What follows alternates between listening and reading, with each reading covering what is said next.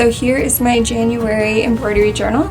As you can see, I don't have enough space to put 31 days worth of stuff like I'd hoped, so I just kind of did an overall highlight. We've had a lot of snow, and we kind of rang in the new year a little relaxed, and so I was asleep before midnight.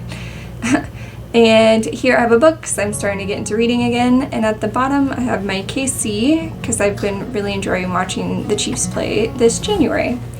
I will see you guys next time when I do the February journal. Bye! If you would like to see more, please like and subscribe. And don't forget to hit the bell so you don't miss a video.